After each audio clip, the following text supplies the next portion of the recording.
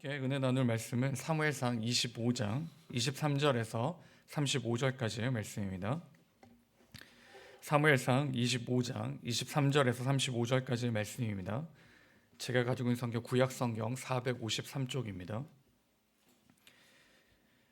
사무엘상 25장 23절에서 35절까지의 말씀을 우리가 함께 봉독하겠습니다. 25장 23절입니다. 아비가일이 다윗을 보고 급히 나귀에서 내려 다윗 앞에 엎드려 그의 얼굴을 땅에 대니라. 그가 다윗의 발에 엎드려 이르되 내 주여 원하건대 이 죄악을 나 곧 내게로 돌리시고 여종에게 주의 귀에 말하게 하시고 이 여종의 말을 들으소서. 원하옵나니 내 주는 이 불량한 사람 나발을 개의치 마옵소서. 그의 이름이 그에게 적당하니 그의 이름이 나발이라. 그는 미련한 자니이다. 여종은 내 주께서 보내신 소년들을 보지 못하였나이다. 내 주여 여호와께서 살아계심을 두고 맹세하노니 내 주도 살아계시거니와 내 주의 손으로 피를 흘려 친히 보복하시는 일을 여호와께서 막으셨으니 내 주의 원수들과 내 주를 해하려 하는 자들은 나발과 같이 되기를 원하나이다. 여종이 내 주께 가져온 이 예물을 내 주를 따르는 이 소년들에게 주게 하시고 주의 여종의 허물을 용서하여 주옵소서. 여호와께서 반드시 내 주를 위하여 든든한 집을 세우시리니 이는 내 주께서 여호와의 싸움을 싸우시며 내 주의 일생에 내 주에게서 악한 일을 찾을 수 없음이니이다. 사람이 일어나서 내 주를 쫓아 내 주의 생명을 찾을지라도 내 주의 생명은 내 주의 하나님 여호와와 함께 생명싸개 속에 쌓였을 것이요 내 주의 원수들의 생명은 물매로 던지듯 여호와께서 그것을 던지시리이다. 여호와께서 내 주에 대하여 하신 말씀대로 모든 선을 내 주에게 행하사 내 주를 이스라엘의 지도자로 세우실 때에 내 주께서 무죄한 피를 흘리셨다든지 내 주께서 친히 보복하셨다든지 함으로 말미암아 슬퍼하실 것도 없고 내 주의 마음에 걸리는 것도 없으시리니 다만 여호와께서 내 주를 후대하실 때 원하건대 내 주의 여종을 생각하소서 하니라. 다윗이 아비가일에게 이르되 오늘 너를 보내어 나를 영접하게 하신 이스라엘의 하나님 여호와를 찬송할지로다. 또 내 지혜를 칭찬할지며 또 내게 복이 있을지로다. 오늘 내가 피를 흘릴 것과 친히 복수하는 것을 네가 막았느니라. 나를 막아 너를 해하지 않게 하신 이스라엘의 하나님 여호와 살아계심을 두고 맹세하노니 네가 급히 와서 나를 영접하지 아니하였다면 밝는 아침에는 과연 나발에게 한 남자도 남겨두지 아니하였으라 하니라. 같이 있습니다. 다윗이 그가 가져온 것을 그의 손에서 받고 그에게 이르되 내 집으로 평안히 올라가라. 내가 네 말을 듣고 내 청을 허락하노라. 아멘. 하나님의 말씀입니다. 오늘 주신 하나님 말씀의 제목은 어제와 다르게 지혜로운 사람입니다. 지혜로운 사람.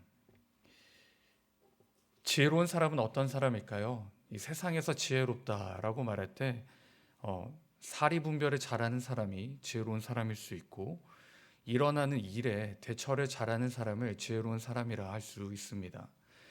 그런데 하나님의 말씀이 말하는 지혜로운 사람은 조금 범주가 다른데요. 오늘 지혜로운 사람이 등장합니다. 바로 아비가일입니다. 이 아비가일은 어리석은 사람 나발의 아내였습니다. 그녀는 어떻게 남편과는 다른 지혜롭다라는 말을 들을 수 있는 것일까요? 그 지혜로운 사람의 특징이 있기에 그렇습니다.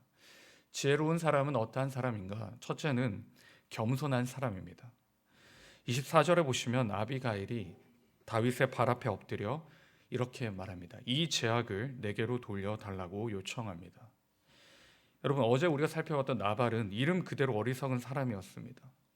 겸손한 사람이 아니었죠. 자신의 것을 탐욕하고 자신의 것을 쥐고 있는 사람이었습니다. 그리고 아비가일 자신은 다윗의 소년들을 보지 못하였고 자신과 나발을 낮추고 있는 것이죠. 어제와는 사뭇 다른 모습입니다. 어리석은 나발은 자신을 높였지만 지혜로운 아비가일은 자신을 낮추고 있는 것이죠. 지혜로운 사람은 자신을 높이기보다는 자신을 낮추는 사람입니다. 이것은 하나님 앞에서도 마찬가지인 것이죠. 사람들 앞에서 자신을 높이는 사람이 어떻게 하나님 앞에서 자신을 낮출 수가 있겠습니까? 잠언 11장 2절에 보시면 이렇게 고백하는데요. 교만이 오면 욕도 오거니와 겸손한 자에게는 지혜가 있느니라. 달리 말하면 하나님은 겸손한 사람들을 들어 사용하신다는 것이죠. 하나님은 겸손한 사람들을 지혜롭다라고 명하는 것입니다. 지혜로운 사람을 들어서 하나님은 하나님의 일을 이루어 가시는 것이죠. 세상이 말하는 지혜로운 사람은 사리분별이나 이익을 잘 추구하거나 자신의 판단을 잘하는 사람을 지혜로운 사람이라고 하지만, 성경에서 말하는 지혜로운 사람은 겸손한 사람을 지혜로운 사람이라 하는 것입니다. 이 겸손한 사람을 하나님은 들어 사용하는 것이죠. 두 번째로, 지혜로운 사람은 어떠한 사람인가? 복이 되는 사람입니다.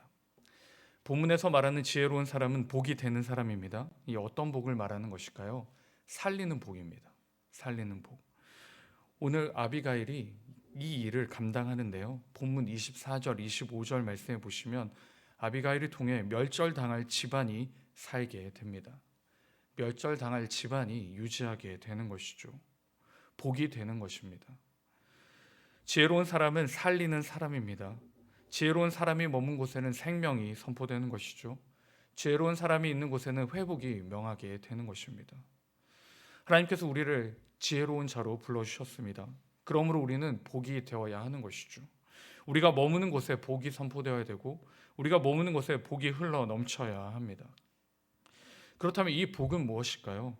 바로 기쁜 소식입니다. 복은 하나님의 복음입니다. 이 소식을 선포해야 하는 것이죠.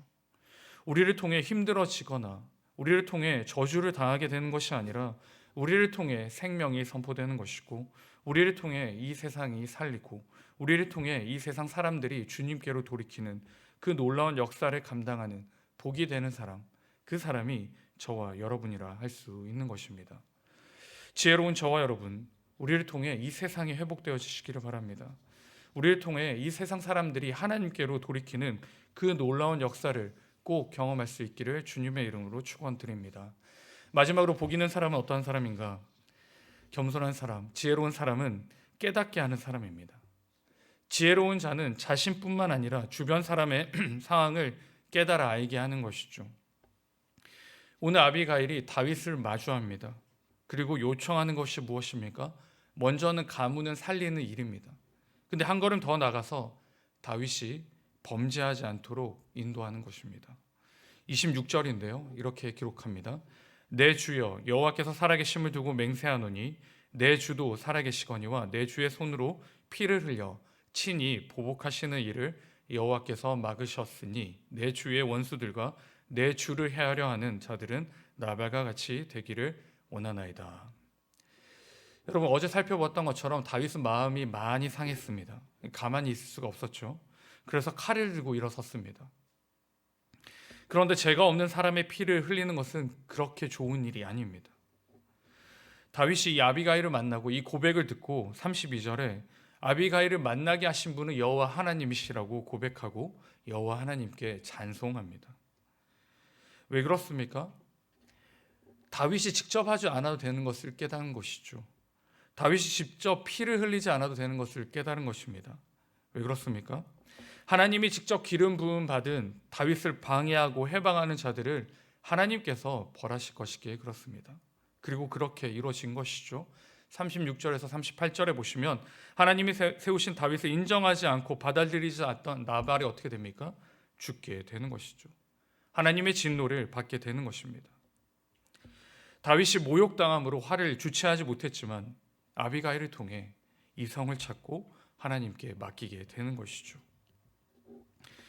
여러분, 지혜로운 사람은 깨닫게 하는 사람입니다. 지혜로운 사람은 나만 아니라 옆에 있는 사람도 같이 깨달아 알게 하는 사람입니다. 우리는 이 사람들을 어디서 만날 수 있습니까? 공동체 안에서 만날 수가 있는 것이죠. 공동체 안에서 같이 신앙생활하는 사람들을 통하여 우리는 발견하고 깨달아갈 수 있는 것입니다. 그것을 우리는 교제라고 하는데요. 내가 어디까지 무슨 일이 있든지 함께 하는 것입니다. 이 세례 교육을 할 때 진행할 때 이 사명이 있는데요. 세례 교육을 받고 이제 세례 교인이 되면 무엇을 해야 되냐? 기쁘고 슬플 때 함께 하는 것입니다. 깨달아 하는 것이죠. 함께 할 때 깨닫는 것이죠. 우리 옆에 나 혼자 있는 것이 아니고 우리 옆에 지체들이 있고 함께하는 성도들이 있고 또 우리 옆에 나와 함께하는 하나님이 있다는 것을 깨달아 알게 하는 것입니다. 그것이 바로 지혜로운 사람들이 모인 공동체의 모습인 것이죠. 어떤 상황에서든지 환경에서든지 우리는 서로를 세우고 확인하고 깨달아 아는 존재입니다. 그것이 지혜로운 사람, 그 사람들이 모여있는 공동체의 모습이 되는 것이죠. 사랑하는 성도 여러분, 우리는 지혜로운 사람입니다. 우리를 통해 세상이 회복될 줄 믿습니다. 우리를 통해 우리의 가정과 자녀들이 회복될 줄 믿습니다. 오늘 하루 이 지혜로운 사람의 삶을 살아가시기 바랍니다. 우리가 머무는 곳에 그리스도의 복음을 선포하시고 우리가 머무는 곳에 우리가 만나는 사람들에게 그리스도의 사랑을 나타내시기 바랍니다. 그러므로 우리를 통하여 이뤄가실 그 하나님, 그 축복의 그 하루를 오늘 꼭 경험하시는 복된 우리 모두가 될 수 있기를 주님의 이름으로 축원드립니다.